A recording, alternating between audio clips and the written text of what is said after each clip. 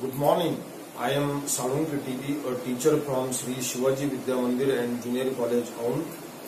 I welcome all of you in this session of English language. Students, in the earlier sessions we completed two poems. The first poem is Song of the Open Road written by Walt Whitman, and the second poem is Indian Weavers written by Sarojini Naidu. I am sure that you must be practicing the assignments given on these two poems, Song of the Open Road and Indian Weavers. In the earlier session, we started the third poem. The title of the third poem is The Inchcape Rock, written by the British poet Robert Southey. So before we deal with the poem, The Inchcape Rock, so let us talk a little bit about the poet Robert Southey. So Robert Southey was born in Bristol, England in 1774.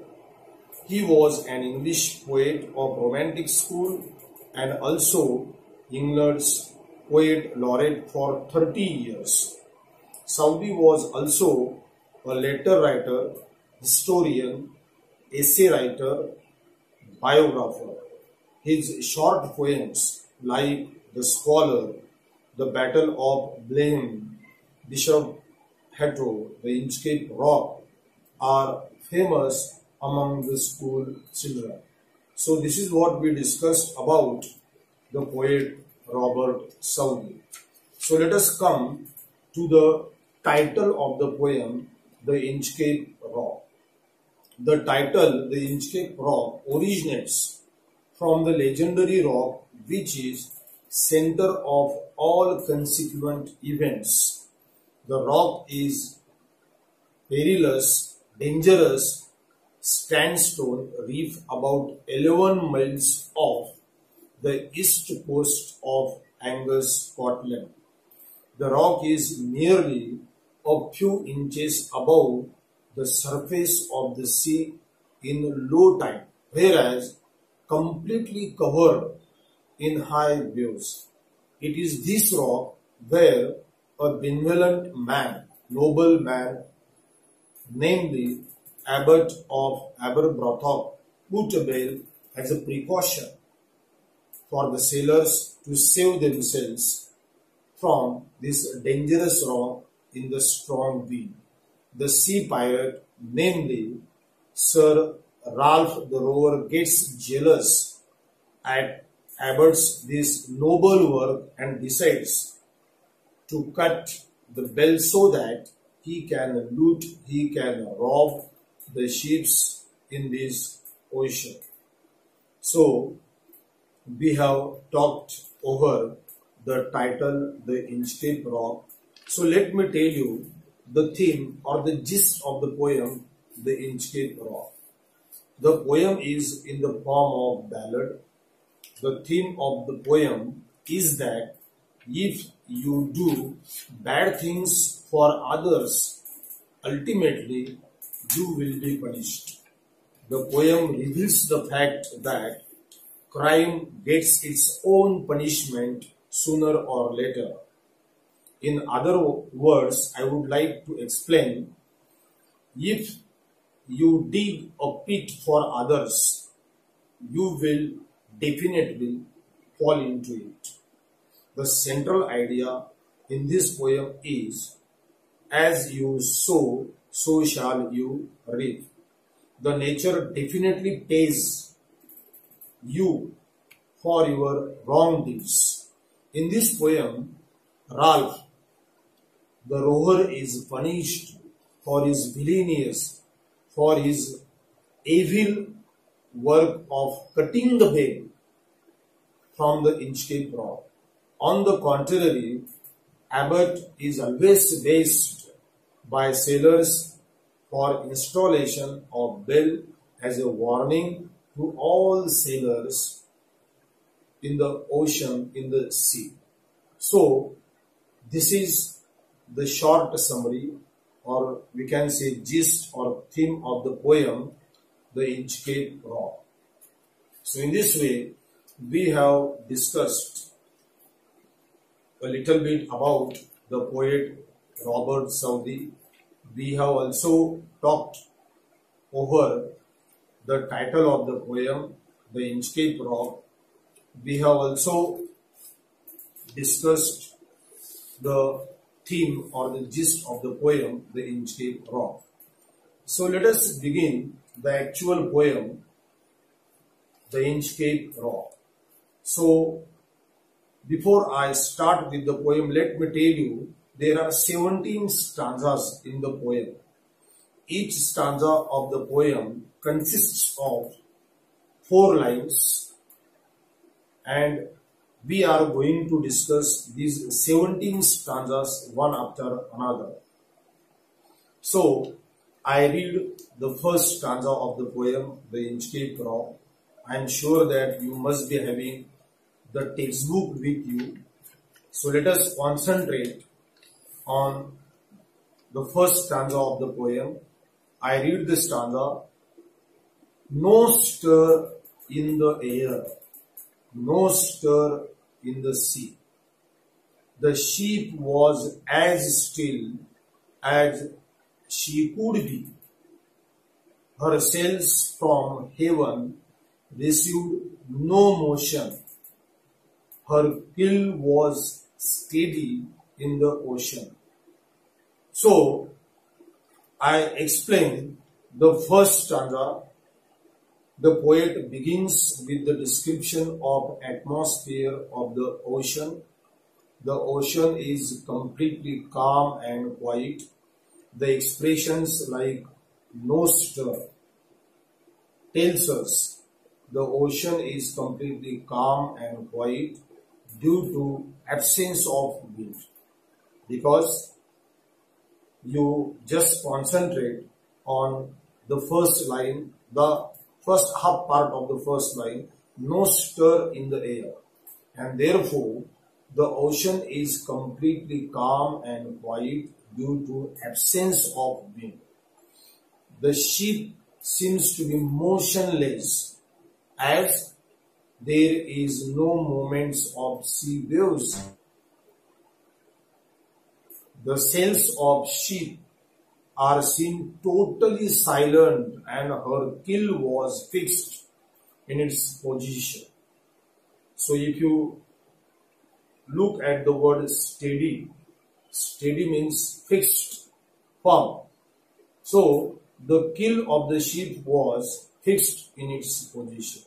So this is what the poet describes in the first stanza of the poem. Let us come to the second stanza. I read the second stanza. Without either sign or sound of their shore, the waves flowed over the Inscape Rock. So little they rose, so little they fell. They did not move the Inchcape bell. So I explain the second stanza. In this stanza, the poet describes how absence of wind affects the movement of sea waves on the Inchcape Rock.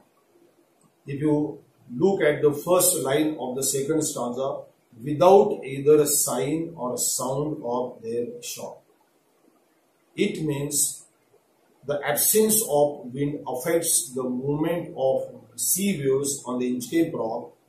The waves rose and fell with little speed, and consequently no sound of waves is heard and sign of their movement is observed. Look at the third line. So little they rose, so little they fell. They did not move the Inchcape Bay. Therefore, the sea waves seem to be unable to ring the bell which is installed, which is put on the rock to alert the sailors in the ocean. Now let us come to the third stanza of the poem. I read the second stanza. You look at the third stanza. The abbot of Brothok had placed that bell on the Inchcape Rock on a buoy. In the storm, it floated and swung, and over the waves its warning rung. So in this stanza, the poet speaks about the basic reason behind the installation of this bell on the Inscape Rock. It is this stanza the poet introduces a great person, the noble person, Abbot of Aberbrothock, who placed a bell on a buoy. The buoy with bell is supposed to swing as the sea waves floated over it, and thus a bell rings to warn the mariners or sailors. So in this stanza, we saw that who placed the bell on the Inscape Rock? The noble person, Abbot, installed the bell as a warning to the sailors. Now let us come to the fourth stanza. I read the fourth stanza. When the rock was heaved by the surge's swell, the mariners heard the warning bell, and then they knew the perilous rock and blessed the Abbot of Aberbrothock. So in this stanza focuses on the actual use of the bell. Whenever there is a sudden rise in the level of sea water, the dangerous rock is heaved by the high rising tides. The rising and falling of these waves resulted in the ringing of bell as a warning to the mariners, sailors. So the mariners or the sailors, being saved from this perilous rock, dangerous rock, used to bless the noble person Abbot for his noble deed. So whenever the sailors used to sail in the ocean or in the sea, so these sailors used to be saved by this bell installed by Abbot, and therefore they used to bless the Abbot for his noble work. Now let us come to the fifth stanza. I read the stanza. The sun in heaven was shining gay. All things were joyful on that day. The seabirds screamed as they wheeled round, and there was joyance in their sound. So the fifth stanza tells us about the joyous surrounding of the ocean. There were so many seabirds, and the mood of the seabirds is described by the poet in this stanza. And therefore, the fifth stanza focuses on the joyous surrounding of the ocean. The sun in the sky was bright on that day when this incident took place. The sun was bright on that day. All the elements of nature seemed to be happy. The seabirds were seen flying and screaming in the sky. If you look at the line in the stanza, the third line, the seabirds screamed as they wheeled round. And therefore, the poet tells us the seabirds were seen flying and screaming in the sky. And the sound of these birds filled the space with joy. So in this stanza, the meaning of the expression surges, sorry, the meaning of the expression willed. Willed means the birds were flying over the sea, and the mood of the bird was happy. So this is what the poet tells in the 5th stanza. Now let us come to the 6th stanza. I read the 6th stanza. The buoy of the Inchcape bell was seen, a darker speck on the ocean green. Sir Ralph the rower walked his deck, and he fixed his eye on the darker speck. So, in this stanza, we come across the description of Inchcape bell. The Inchcape bell looked like a darker speck. Darker speck. Speck. The meaning of the word speck means tiny dot, small dot. Therefore, the poet says the Inchcape bell looked like a darker speck in the green ocean. The sea pirate, Sir Ralph the rower, turned his ship and attention towards this darker speck. And as soon as this wicked person, Sir Ralph the rower, looked this darker speck, he fixed his eye on the bell placed on the Inscape Rock. So, it is this stanza where the poet has introduced the wicked character, and the name of the character is the Ralph. Now let us come to the 7th stanza. I read the stanza. You concentrate on the stanza. He felt the cheering power of spring. It made him whistle. It made him sing. His heart was mirthful to excess, but the rower's mirth was wickedness. The stanza, the 7th stanza of the poem, reveals the Ralph's happy mood under the disguise of wickedness. If you look at the line, which line? He felt the cheering power of spring. The Ralph's happy mood is introduced in this stanza, in the first line of this stanza. But there was a wickedness inwardly.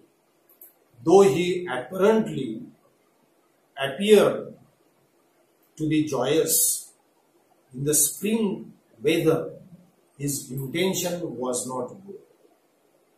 The moment he saw the bell in the form of that darker speck, his intention was not good.